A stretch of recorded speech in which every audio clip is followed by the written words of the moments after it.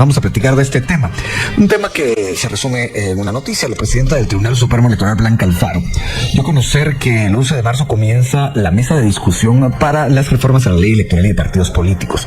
La CAME, que es la Comisión de Actualización y Modernización Electoral, recibió un total de 111 propuestas, según lo que se sabe, de las cuales hay algunas de partidos políticos. Y en este contexto, ¿cómo ve el tema? ¿Cómo lo ven los diputados? Hay citados telefónicamente varios, y ya nos confirman. ¿Cuántos tenemos, Willy? Tenemos uno. El que tenemos es Neri Rodas, diputado de Cabal.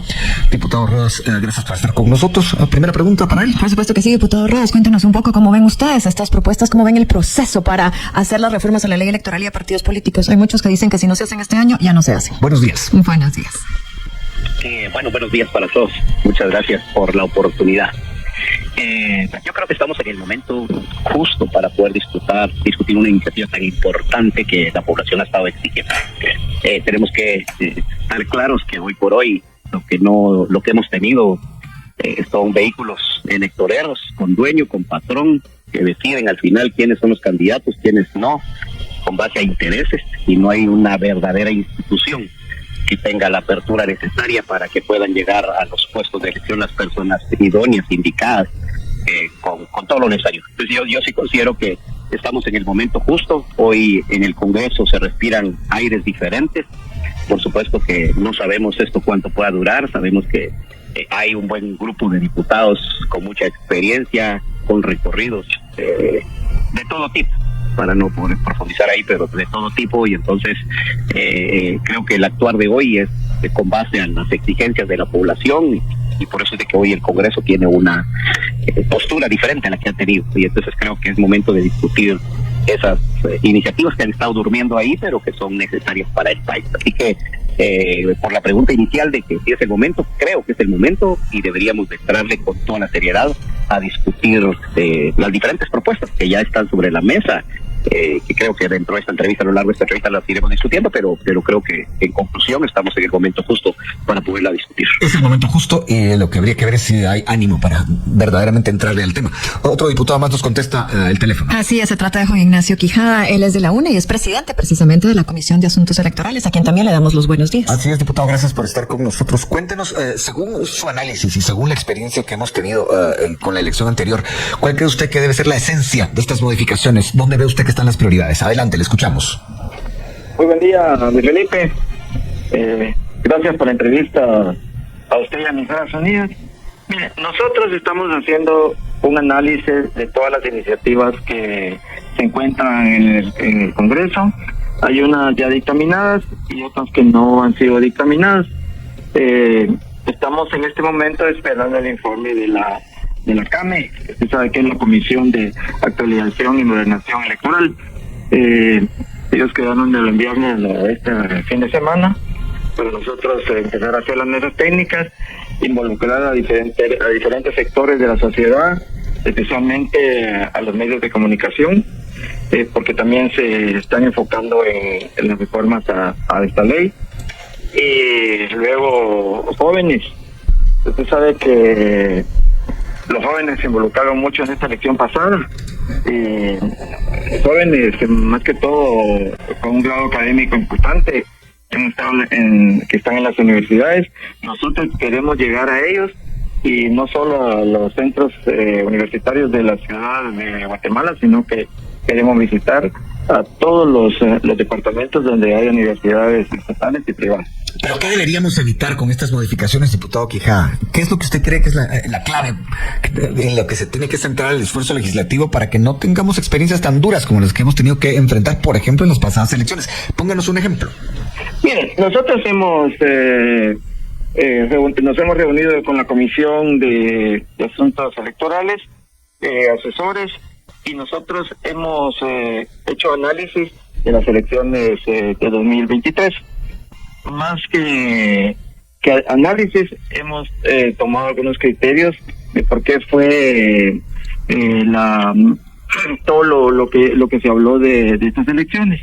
Se habló de fraude, usted lo sabe, y también se habló de que también no hubo mucha participación, y entonces queremos nosotros involucrar al Tribunal Supremo Electoral y al RENAP que estén ya haciendo su trabajo con los jóvenes para que sean empadronados. Si ustedes se dan cuenta, en este momento no están empadronando a nadie en el RENAP, porque con todos los problemas que ha tenido el Tribunal Supremo Electoral, no han asignado oficinas para el empadronamiento. Entonces, estamos, como le digo, haciendo un análisis nosotros de qué fue lo que pasó, por qué tantos señalamientos en la elección pasada. Se suma a esta conversación el diputado Juan Carlos Rivera del Partido Victoria, y después de darle los buenos días le pregunto, ¿qué opina usted de que la palabra fraude haya sido utilizada en las elecciones del año pasado? Adelante, le escuchamos. Bueno, buenos días, gracias por la oportunidad.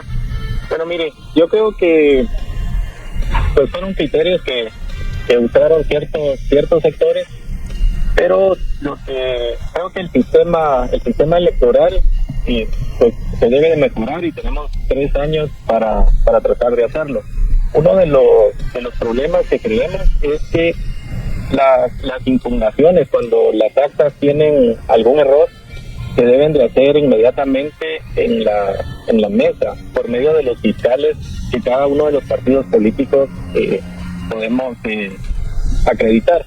Pero el problema es que no todos los partidos políticos cuentan con una organización tan grande donde puedan tener fiscales en cada mesa. Y cuando la información de las actas ya están escaneadas, y los fiscales nacionales o la gente que colabora en los partidos políticos revisan las actas, detectan errores.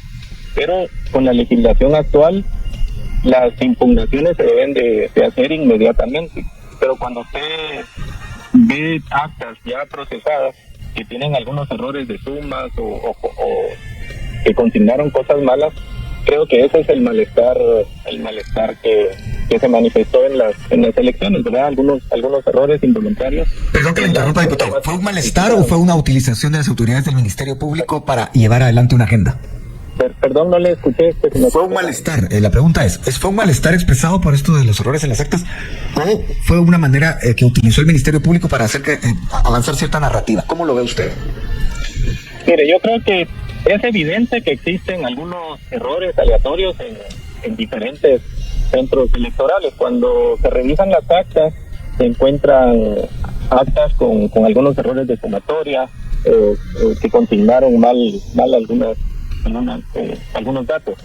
Y el problema es que cuando usted quiere impugnar eso después de que ya pasó el proceso, es lo que creo el malestar, ¿verdad? Pero creo que tenemos la oportunidad de mejorar la legislación electoral para evitar que esto suceda en el futuro, y que los partidos políticos pues tengan la oportunidad de impugnar esas actas cuando no inmediatamente en el proceso electoral, cuando estén en las mesas, sino que tengamos algunos días para poderlas analizar, porque es casi imposible tener fiscales en todas las mesas para las organizaciones políticas que son medianas o pequeñas. Gracias, diputado. Se suman a esta charla 2 parlamentarios, Cristian Álvarez de Creo y Raúl Barrera, que llegó por el partido Semilla. Vamos ahora con el diputado Álvarez con la siguiente pregunta. Así es, diputado Álvarez, ¿cuál es el cambio clave que necesita la ley electoral y de partidos políticos? Buenos días. Hola, buenos días. Uy, Claudia, creo que esa pregunta de cuál es la clave es un poco complicada. Se la puedo decir de otra manera. Es Beatriz la que está aquí en este momento. Sí. Diputado Álvarez, ¿cuál es la modificación que no puede faltar, digamos, la que usted diría, esta sí, por favor, no la podemos postergar? ¿Cuál es la que usted ve? Yo sí creo que es fundamental hacer que elijamos diputados por cara y nombre. Es decir, que hay un cansancio en tema de los distritos, donde entran varios detrás que nadie conoce, y la gente quiere involucrarse más, quiere saber quién es su diputado, a quién le puede usted hablar, decir, y eso pues va a generar una responsabilidad más grande de los diputados frente a sus electores. Se va a eliminar las posibilidades de reelegirse mucho tiempo sin hacer un trabajo cercano a la población, y eso pues al tener uno más responsabilidad con sus electores va a terminar pues que cada diputado tome mejores decisiones porque siente la presión de los ciudadanos. Creo que esa es una de los temas que no puede faltar en esta elección, pero por supuesto hay muchos temas que mejorar, temas de voto en el extranjero, tema de cuentadancia en los partidos, el tema que tocaba Juan Carlos de fortalecer las juntas receptoras de votos. No podemos dudar de la junta receptora de votos. Está haciendo un excelente trabajo, ad honorem, es un ejemplo. Pero sí se nos está quedando ese paso entre que se ve el acta María, que la taipeen o la metan en un programa. Ahí se pierde un poco la capacidad de los partidos de impugnar o de cuestionar qué pasó con esas actas. Pero, pues, si me preguntas una, me voy por cara y nombre de diputados. Cara y nombre de diputados, saber por quién se vota. Así es. También nos está acompañando por la vía telefónica el diputado Raúl Barrera, que llegó por Semilla, y con él vamos a conversar. Sí, la pregunta para usted, diputado, es la siguiente. ¿Usted tiene alguna crítica directa al tema de la ley electoral y de partidos políticos que se pueda transformar en una modificación? Algo que usted crea que es esencial que haya que cambiar y que tiene que hacerse precisamente ahora. Cuéntenos, ¿qué opina? Buenos días. Buenos días, gracias por la oportunidad y aprovecho para saludar a los colegas que me antecedieron en el uso de la palabra. Más que crítica, es una plena conciencia de nuestra obligación histórica de enmendar el régimen electoral que es obsoleto y que, como está actualmente, vulnera no solo el presente sino el futuro de las instituciones democráticas. La prioridad máxima de los miembros de la Comisión de Asuntos Electorales es, para empezar, proteger la jurisdicción electoral. No podemos permitir hacia el futuro que un juez del orden penal invada la jurisdicción electoral y que se coluda con fiscales corruptos para bloquear partidos políticos. Por mencionar solo una de las muchas modificaciones que tenemos que introducir, suscribo también lo dicho por quien me antecedió inmediatamente en la palabra, el diputado Cristian Álvarez, al mencionar la necesidad de reivindicar la legitimidad de las candidaturas. Hay que hablar de la democracia interna, segundas vueltas para las alcaldías. Tenemos que resolver lo relativo al trámite del amparo para que el Tribunal Supremo Electoral sea efectivamente supremo y que lo que sea susceptible de amparo no pase por Corte Suprema de Justicia, sino que se vaya directamente a Corte de Constitucionalidad. Hay que desconcentrar las elecciones. Tuvimos una reunión muy específica, muy concreta y muy enriquecedora con la magistrada presidenta del Tribunal Supremo Electoral el viernes pasado, en la que ella, en resumen, nos decía: no podemos permitir que lo que pasó en 2023 vuelva a suceder.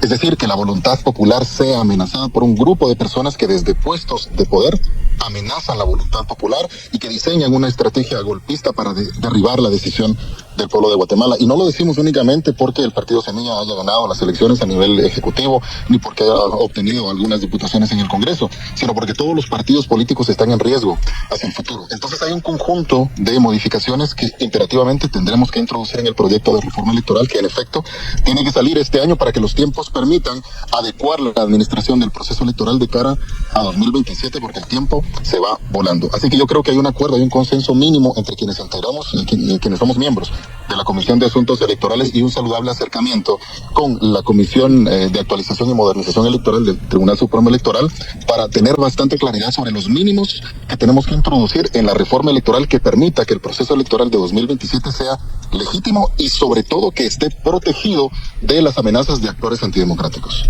Bueno, nosotros debemos de ir a la pausa, pero regresamos en unos minutos para seguir conversando con 5 diputados del Congreso de la República para hablar sobre las reformas a la ley electoral y de partidos políticos. Tarazona dijo que en las últimas reformas a la ley electoral y partidos políticos que se hicieron, cuando se habla del financiamiento electoral, se pusieron tantas trabas que es muy difícil para un partido que ingrese dinero de forma lícita. ¿Cómo abordar ese tema? Bueno, mire, yo creo que ese es uno de los temas más complicados, porque eso va amarrado en una buena parte a la libertad que deben de tener los partidos para poder promocionar su ideología, sus propuestas, y hoy por hoy la limitación solo favorece a los caciques, a los que ya tienen mucho tiempo y están reconocidos, y no se tiene la apertura para que los nuevos liderazgos se puedan conocer. El tema del financiamiento, al final nos dimos cuenta en la elección anterior, la cantidad de dinero que el partido oficial destinó a campaña, porque no podemos decir que eran proyectos de gobierno que de por sí se estaban dando. Fueron millones de millones dirigidos a campaña, manejados a cada uno de sus candidatos a los alcaldes de todo el país. Fue una cantidad enorme que el límite, el techo de 37 millones se quedó cortísimo. Entonces, creo que sí, el mecanismo de financiamiento hoy por hoy no está establecido y no hay alguna forma correcta hoy por hoy de poderlo medir. Ese creo que va a ser uno de los temas más complicados de poder medir, de poder realmente cómo reglamentarlo, pero como le decía, es importante también que amarrado a eso vayamos viendo cómo los partidos políticos van a poder trasladar sus propuestas y dar a conocer sus ideas, porque apoyo a como están hoy, pues son solo se favorece, por ejemplo, lo que ya hablé, de los partidos que tienen recursos, en este caso el partido oficial, los alcaldes, por ejemplo, que se van a reelección, tienen ventajas totalmente contra los que no son alcaldes porque utilizan los recursos del Estado para hacer una campaña, y eso no ha existido una forma de poderlo limitar. Entonces, dentro de lo que ya había un diputado que hablaba de las importancias de lo que hay que ver, por supuesto está el tema del financiamiento, está el fortalecer al Tribunal Supremo Electoral, tanto como impartir justicia, como ver el tema administrativo, abrir los listados para que aquellos diputados que están en la 10ª casilla tengan posibilidad de poder llegar al Congreso, y que no solo sirva de instrumento. Dentro de lo que nosotros también hemos pensado, hay que reducir el Congreso. Creo que 170 diputados para un país como el nuestro son demasiados, y se debería reducir el tema de los diputados. Eso dentro de otros, el mismo tema del empadronamiento, amarrado al TPI. Hay varias cosas importantes que, como el tema del financiamiento, se le tiene que poner atención. Bueno, la verdad es que muchos apuntes de lo que dice usted, diputado Rodas, pero hay algo que está en la coyuntura. En los últimos 2 días fue noticia. Y hablando de financiamiento, creo que se lo puedo preguntar al diputado Álvarez, desde su perspectiva de un diputado que ya tiene experiencia, que ya ha estado varios años en el Congreso. Diputado Álvarez, me voy a referir a ese tema que empezó con preguntas a 2 expresidentes del Congreso acerca de una posible caleta ahí en la oficina de presidencia, cercana ahí. Y bueno, Alan Rodríguez sale con que es un lugar, un espacio de resguardo. Shirley Rivera dice que que era para una especie de momento para meditar, orar, y al final el actual presidente del Congreso, Neri Ramos, dice no se trata de ninguna caleta, más allá de lo que sea. La pregunta es, ¿cómo usted toma este hecho de que haya espacios de resguardo en el Congreso de la República y que los adapten y se haga una obra para que haya un lugar para meditar, para rezar, no sé para qué? ¿Cómo lo ve usted, diputado Álvarez? Es el abuso del poder. Es el abuso del poder que siempre, por eso es que hay que vigilarlo constantemente. El abuso del poder de hacerse espacios para ellos mismos, el abuso del poder de que la presidencia tenga espacios tremendamente grandes y inútiles dentro del hemiciclo, el abuso del poder de quitarle oficinas a unos colegas para dárselas a su mismo bloque. El abuso del poder siempre está pendiente, por eso es que hay que controlarlo constantemente. Yo creo que ahí lo resumiría. Ese mismo abuso de poder que termina en usar los recursos del Estado para hacer campaña política de forma descarada. Por eso insisto yo que es importante reformas a la ley electoral, donde uno sí tenga que dar cuentas de su acción sobre todo. Los alcaldes dan cuenta de sus acciones. Yo creo que es pocos los alcaldes que se logran reelegir. Es más, ahí tenemos un problema de poca legitimidad en los alcaldes, que hay que hacer una reforma para que haya segunda vuelta. Pero regresemos al tema del abuso del poder. Hay que frenarlo en las campañas. También lo vimos hace algunos años. Creo que es importante hablar de estos abusos, porque la prohibición, por ejemplo, del transfugismo llega ante los abusos del partido de Manuel Balbizón. Uno no se tiene que olvidar de los abusos que cometió el líder en salir a comprar diputados. Los diputados Prado les decían en ese entonces, porque en ese entonces el partido líder le daba camionetas a los que se transfugaban hacia el partido de ellos. Y abusos también, ¿verdad?, que se han ido frenando. Y con lo que viene en la ley electoral, tenemos que ser muy cautos en darle nuevas herramientas al tribunal, nuevas formas de elegir a la sociedad, pero cuidarnos de que no vayamos a regresar a esa época oscura que desnudó por completo los abusos del partido que tenía más dinero, que tenía más recursos ilegales, o que ostentaba el poder político. Y solamente le interrumpo un momento, diputado, disculpe, diputado Álvarez. Me llama la atención cuando usted dice eso es un abuso del poder. Presidencia del Congreso goza de grandes espacios y hay diputados que no tienen oficina. ¿Eso cómo lo ve usted en el contexto de lo que estamos hablando? Yo lo que creo es que cuando uno habla del poder y de restringirnos a unos, es un esfuerzo constante que hay que hacer. Uno tiene que empezar por uno mismo. El presidente, si quiere hacer un esfuerzo, que se le aplaude, siempre que sea transparente, con reglamentos, que empiece a ir midiendo cuánto espacio tiene la presidencia, que mida cuánto espacio tiene, y que por supuesto cuando lo dividan, lo que le quiten a unos, no se lo autorreceten ellos mismos. O sea, esa es la transparencia y el uso correcto del poder. Los abusos del pasado no se corrigen con abusos del presente, ¿verdad? Entonces, pues hay que cuidarnos siempre del poder, siempre. Hay que desconfiar del poder, hay que fiscalizarlo, hay que tratar de ir amarrando las manos poco a poco. Ese creo yo que debe de ser el espíritu de la ley electoral, de los cambios que hay. Ya vimos que el abuso de poder por parte de un sector de justicia afectó la ley. Hay que amarrarle las manos para que no vuelva a pasar y que siga siendo un tribunal supremo en materia electoral. Esto lo mencionó muy bien un colega hace unos minutos, hay que amarrarle las manos a ese abuso del poder, que no regrese. Y creo que por ahí tiene que ir el espíritu siempre para tener una mejor política. Diputado Quijada, ¿qué opina de que se haya invertido dinero del Estado en estos espacios de resguardo y reflexión en el Congreso? Mire, yo creo que es un abuso al pueblo de Guatemala, porque estamos en un estado laico, no para que estemos rezando por un santo, qué sé yo. Entonces aquí todos somos religiosos y se debe respetar la religión de cada quien. Pero en este caso particular usted dice que, bueno, si es un estado laico, y ¿usted no cree que a veces se abusa del tema religioso, por ejemplo, en el Congreso de la República? Sí, miren, ahí hay de todas religiones y hay que respetar también el credo de cada quien. Sí, eso está claro, pero en la utilización de fraseología religiosa en asuntos políticos en el Congreso, y a la luz de esto que pues, se preguntó si era una caleta, y la verdad es que alguien dice quién va a tener una caleta en el Congreso y otros dicen el tamaño, pero hay que recordar que había caletas que eran habitaciones enteras. Eso se descubrió entre 2015 y 2017 y hubo varios testimonios al respecto. La pregunta es, estamos hablando de la ley electoral y de partidos políticos, y todo eso va a dar al final de cuentas al qué hacer y al actuar de los políticos, diputado Quijada. Sí, hay que respetar el credo de cada quien, estamos totalmente de acuerdo, pero esos abusos, ¿usted cómo los ve como diputado?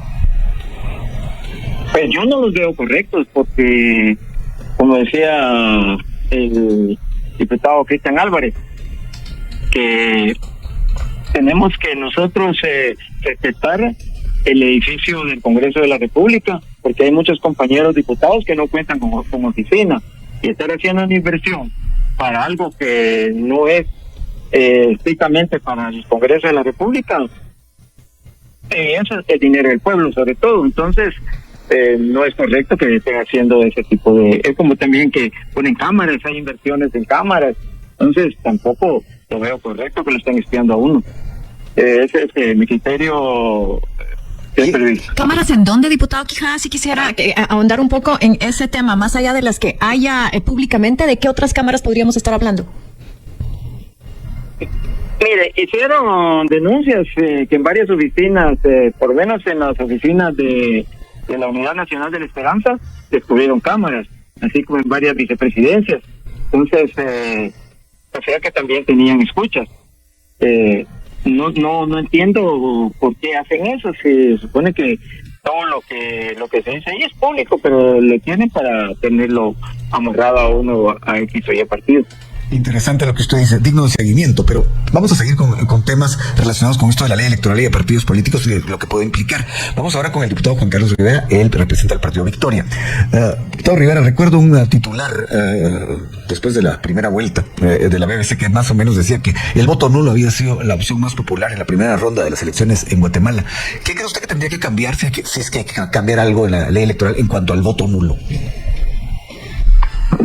Bueno, yo creo que el voto nulo pues es importante, pero creo que lo más interesante sería lograr abrir las listas para que la población guatemalteca vote por cada uno de sus representantes como diputados. Sería interesante también tener lo mismo con los consejos municipales, porque está sucediendo lo mismo, que la población vota por el alcalde, pero no sabe quién es el consejo municipal que le acompaña. Creo que dos reformas fundamentales sería la forma de elegir a los representantes, a los diputados, la forma de elegir a los concejales para tener mayor representatividad. El diputado Barrera hacía referencia a una segunda vuelta electoral en el caso de alcaldes que no alcancen el 50+1. ¿Cómo ve usted esa idea, diputado Rivera? Bueno, yo creo que en el tema de alcaldes y diputados, creo que sí debería ser solo en una vuelta electoral. Creo que sería muy oneroso para nuestro país que en cada uno de los municipios se repitan las elecciones, o que exista una segunda vuelta para los alcaldes. Creo que sería muy oneroso, pero creo que lo que es importante es promover durante estos 3 años, que esa sí debería ser una función del Tribunal Supremo Electoral, para que tengamos ciudadanía y lograr la participación mayor de los jóvenes que participen en política, porque los cambios los vamos a sentir como población cuando nos involucremos más en la política, ¿verdad? Porque si queremos que los partidos políticos cambien, pues debe de cambiar la gente que integra los partidos políticos, que son los futuros gobernantes, ¿verdad? Entonces yo creo que la participación ciudadana es vital, es muy importante. Tenemos que tener una educación cívica en las escuelas. Yo recuerdo cuando estudié en la primaria en Escuintla, teníamos los lunes cívicos, y creo que esa actividad de patriotismo se ha perdido en los centros escolares. Ya no se practican los lunes cívicos, y creo que es importante tener mucha capacitación para los niños y la juventud, para tener civismo y no tenerle temor a la participación política, que eso es importante. Necesitamos cambiar generacionalmente a los políticos y funcionarios públicos. Gracias, diputado Rivera. Pasamos con el diputado Raúl Barrera, que llegó por el partido Semilla. Una oyente que a la vez también ha sido fuente varias veces aquí en la primera hora, manda este mensaje. Dice: hay que reformar la comisión de postulación de candidatos a magistrados del TSE. Desde el punto de vista de la ley electoral y de partidos políticos, ¿cómo lo ve, diputado Barrera? Me parece que el fortalecimiento del órgano electoral es uno de los pilares de la reforma electoral, porque tenemos que hacer varias cosas con el tribunal. Primero, garantizar su supremacía. En segunda instancia, hay que separar las funciones administrativas de las jurisdiccionales para que los magistrados no tengan que invertir su tiempo decidiendo qué papel de baño compran. Eso debería hacerlo un gerente. Los magistrados tienen que impartir justicia electoral. Y en relación con la magistratura per se, propiamente, el periodo de los magistrados, creo yo que debe ampliarse, y esto es una discusión que estimo necesario abrir, sobre todo para darle estabilidad al sistema democrático. Pero lo más importante es que la sustitución del Tribunal Supremo Electoral sea escalonada, porque cuando se va toda una cohorte y entra una nueva, se pierde toda la experiencia de los magistrados, y lo mismo tendríamos que hacer con la Corte Suprema de Justicia. Esto naturalmente implicaría, por lo menos a nivel de Corte Suprema de Justicia, una reforma constitucional, que es un tema del que tenemos que hablar también en el futuro. Pero regresando al punto, cuando habla de reforma constitucional en el futuro, ¿a qué plazo está hablando, diputado Barrera?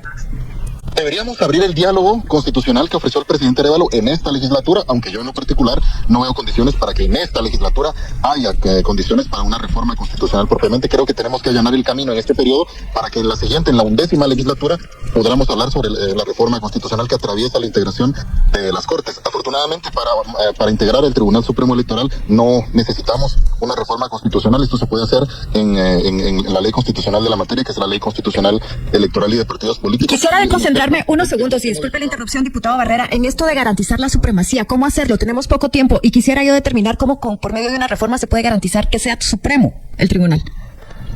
Bueno, el artículo 265 de la Constitución establece que no hay ámbito que no sea susceptible de amparo. Esto quiere decir que, desafortunadamente, siempre tenemos que recurrir a la Corte de Constitucionalidad como última instancia revisora de los asuntos en materia de amparo. Es decir, que todo lo que el Tribunal Supremo Electoral resuelva debe ir como mínimo a la Corte de Constitucionalidad, salvo que podamos enmendar el artículo 265 de la Constitución. Mientras llegue ese momento, lo que podemos hacer en la ley electoral y de partidos políticos es abreviar el trámite de la jurisdicción de la justicia constitucional. Es decir, que lo que sea susceptible de amparo del Tribunal Supremo Electoral, la Corte Suprema de Justicia, sino que se vaya hasta la Corte de Constitucionalidad para darle relativa supremacía al Tribunal Supremo Electoral. Es una profunda y honda discusión que creo yo que debe incluirse dentro de lo que vamos a debatir este año para, insisto, refrendar el sistema electoral y garantizar que en el futuro no solo la jurisdicción electoral esté protegida, sino también la propia vida de los partidos políticos. Aquí quiero concluir brevemente refrendando las palabras del diputado Rivera al decir que necesitamos legitimar las candidaturas. La democracia interna de los partidos debe ser un eje de la reforma electoral. Debemos dar poder de decisión a los afiliados para que no únicamente sean un grupo de personas utilizadas cada 4 años para ponerse playeras y ondear banderitas. Hay que dar poder de decisión a los afiliados para que los afiliados incidan en la definición de las candidaturas de manera directa, de manera universal y de manera secreta, para que las asambleas puedan ser espacios de deliberación democrática genuina y no espacios de imposición de una voluntad previamente apalabrada. Hoy la designación de candidatos se hace a mano alzada y las asambleas a mano alzada son violentas. La designación de candidatos debe hacerse por elecciones primarias de manera secreta. Esto puede hacerse de forma total. De eso platicamos en el próximo bloque, diputado. Tenemos que ir a la pausa. El reloj es implacable en tal sentido. Y bien, hasta acá el video de hoy. Recuerden que ustedes tienen la última opinión que pueden dejar acá abajo en la cajita de comentarios. Dicho esto, nos vemos hasta el siguiente video. Adiós.